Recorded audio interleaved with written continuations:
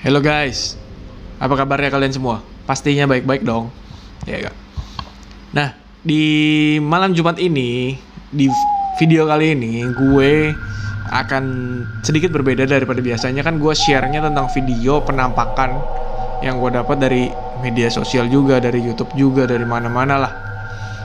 Nah, tapi kali ini gue kan sering bilang tuh sama kalian bahwa kalau kalian yang punya pengalaman mistis atau pengalaman horor apapun, kalian boleh share ke gue dengan cara kirim email ke email yang gue taruh di description.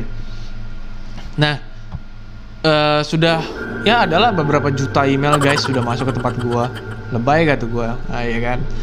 Nah, ada email yang masuk ke gue mengenai pengalaman mistis nih guys. Jadi pengalaman mistisnya seru juga menurut gue. Jadi gue mau share juga ke kalian, dan sekalian juga gue gue pengen bahas menurut versinya gue ya guys. Jadi kalau menurut versi gue, mungkin versi orang lain berbeda, ya maaf itu nggak apa-apa gitu, karena ini menurut versi gue aja.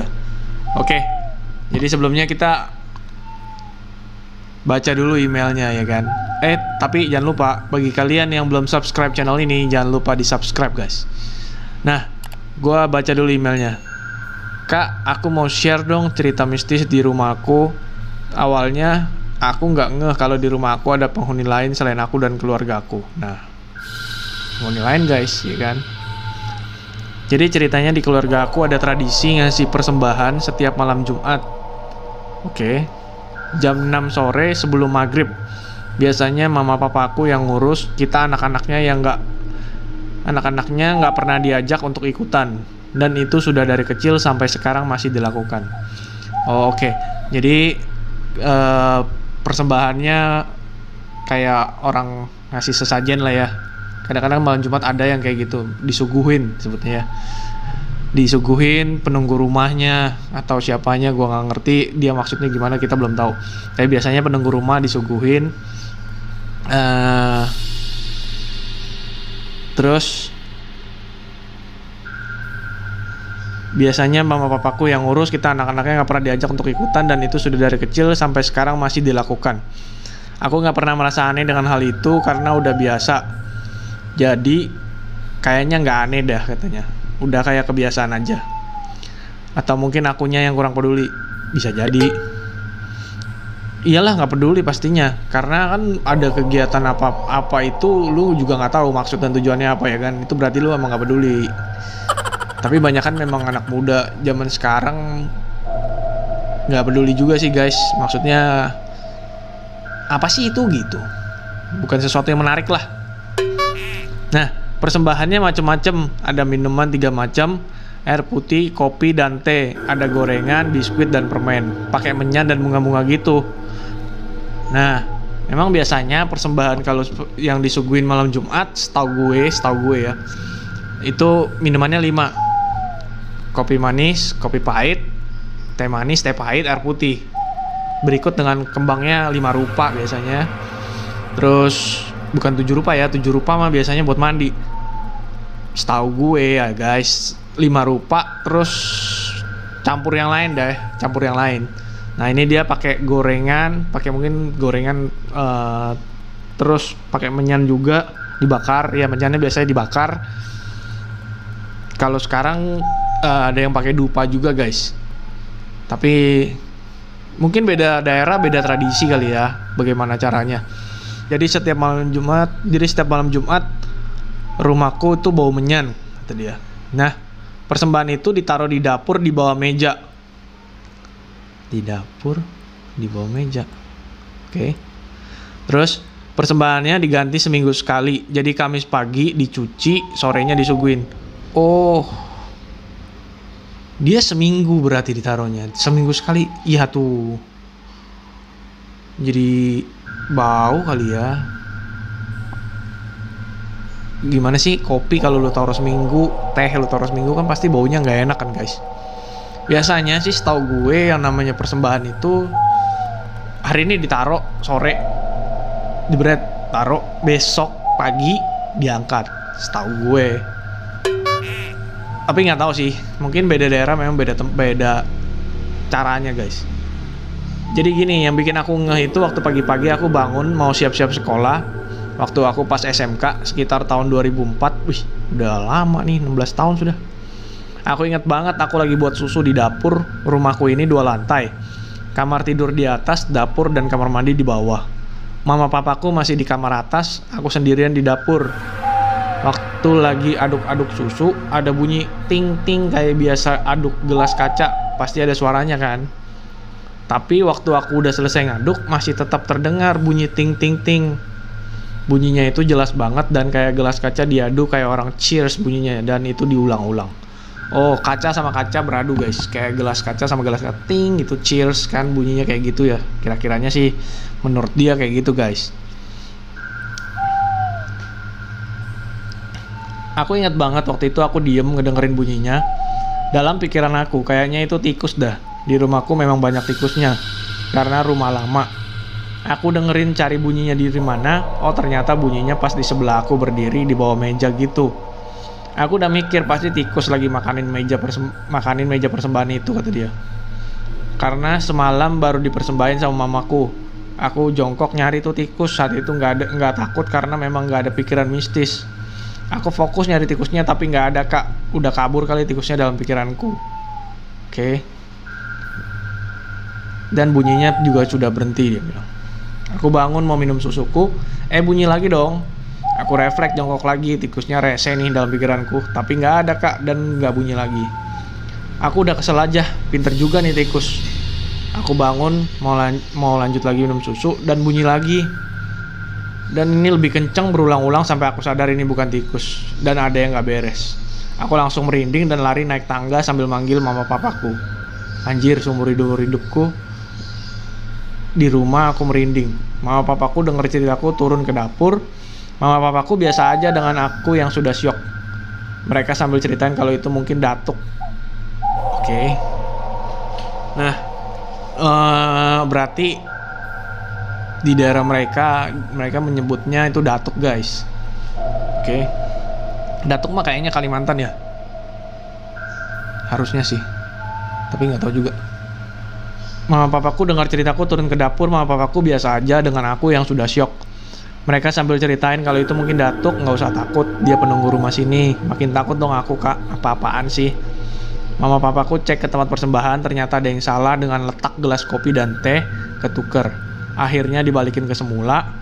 Mamaku dengan entengnya bilang ya ampun mama terbalik taruh kopi dan teh. Dan mama pun minta maaf. Setelah kejadian ini aku benar-benar takut untuk di dapur sendirian. Dan kalau mau naik ke atas auto pakai lari. Aku nggak pernah lihat sih bentuk atau penampakannya seperti apa, tapi menurut ceritanya yang pernah lihat makhluknya hitam dan besar, diem di tangga, dipanggilnya datuk. Menurut mama papaku datuk ini udah ada dari sebelum kami tinggal di rumah ini, jadi kami menghormatinya lah ya. Begitu kak, makasih ya kak udah dengerin ceritaku. Oke guys, sekilas kita sudah punya bayangan lah ya apa yang terjadi. Dengan dia nulis keterangan ceritanya kayak gitu cukup detail sih menurut gue. Jadi setahu gue ya namanya tradisi orang di setiap daerah kan memang beda-beda. Tapi yang gue tahu yang namanya penunggu rumah memang biasanya ada yang dipersembahin dari mungkin yang baru beli rumah. Kalau kalian sebelum beli kan biasanya suka tanya suka ada apa nih di rumah ini, atau ada sesuatu yang aneh nggak atau apa. Kalau yang pernah mengalami kejadian yang aneh mungkin pasti tanya guys, pas beli rumah itu pasti dia tanya, ya kan. Tapi kalau yang nggak tahu mah ya udah, yang nggak peduli mah dia beli, dia cocok udah. Dan kadang-kadang juga nggak diselamatin dan sebagainya lah, nggak ada upacara apa-apa. Nah tapi kalau memang yang biasanya mereka sudah melakukan kayak begini nih, udah nyuguhin dan nyuguhin kah, atau setiap sebulan sekali atau berapa bulan sekali mereka adain selamatan, bisa juga kayak gitu. Itu memang udah wajar, sewajarnya memang kayak gitu. Dia cuma mengikuti tradisi yang dulu pernah dilakukan sebelum mereka tinggal di situ. Mungkin gue juga nggak tahu sih bapak mamanya orang yang ngirim gue email ini melakukan ini karena disuruh sama yang punya rumah dulu, atau memang dia yang memulai untuk melakukan persembahan ini? Gue juga nggak tahu. Kita belum dapat jawaban ke situ ya kan. Tapi kalau menurut gue, penunggu rumah itu nggak ada yang jahat sih guys. Nggak ada yang jahat. Notabene-nya nggak ada yang jahat. Nggak ada yang iseng juga. Tapi kadang-kadang namanya makhluk itu yang ngomong kasarnya begini deh.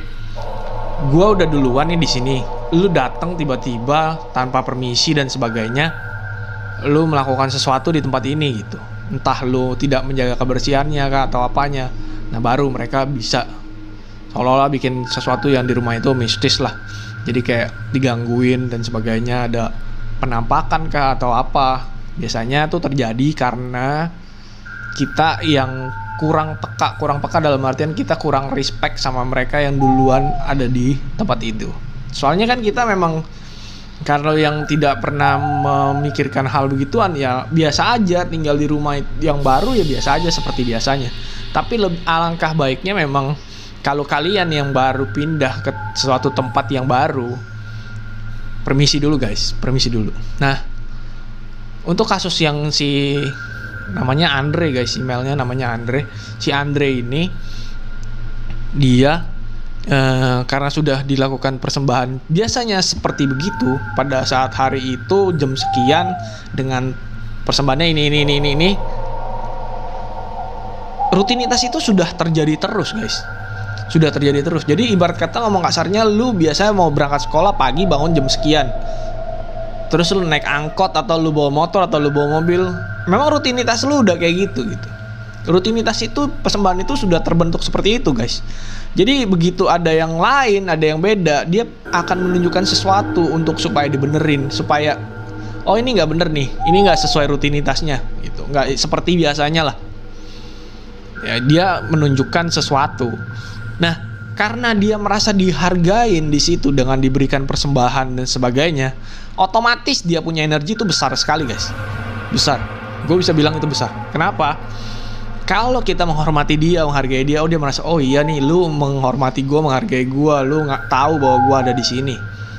Otomatis dia energinya besar. Tapi kalau memang kita tidak pernah berniat jahat, mereka juga tidak berniat jahat. Dia hanya memberitahu bahwa oh ada yang salah nih dengan persembahan lu gitu. Nggak masalah sih, menurut gua itu wajar-wajar aja, bukan sesuatu yang aneh gitu. Jadi kalian nggak perlu takut dia gimana, yang namanya penunggu rumah mah. Ya emang dia lebih dulu ada daripada kita guys, iya kan? Jadi kita mesti menghormati mereka juga, walaupun mereka nggak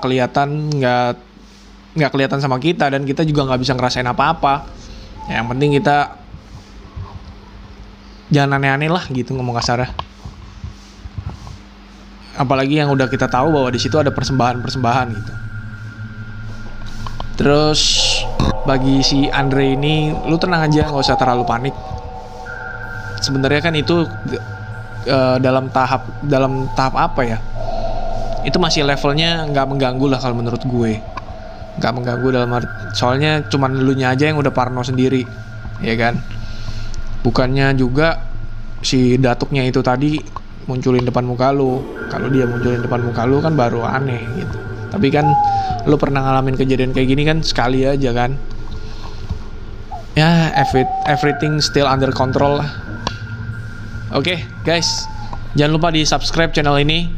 Dan bagi kalian juga yang punya cerita-cerita mistis lain atau cerita-cerita horor lainnya yang mau kalian share, bisa langsung di email guys. Dan pasti gue bacain kok di sini. Nanti email-email yang udah masuk ke gue juga di episode kedepannya pasti gue baca juga guys. Dan kita bisa bahas sama-sama, sharing sama-sama ya kan. Oke deh. Tetap jaga kondisi, tetap jaga kesehatan. Sampai jumpa di video gue lainnya. Bye.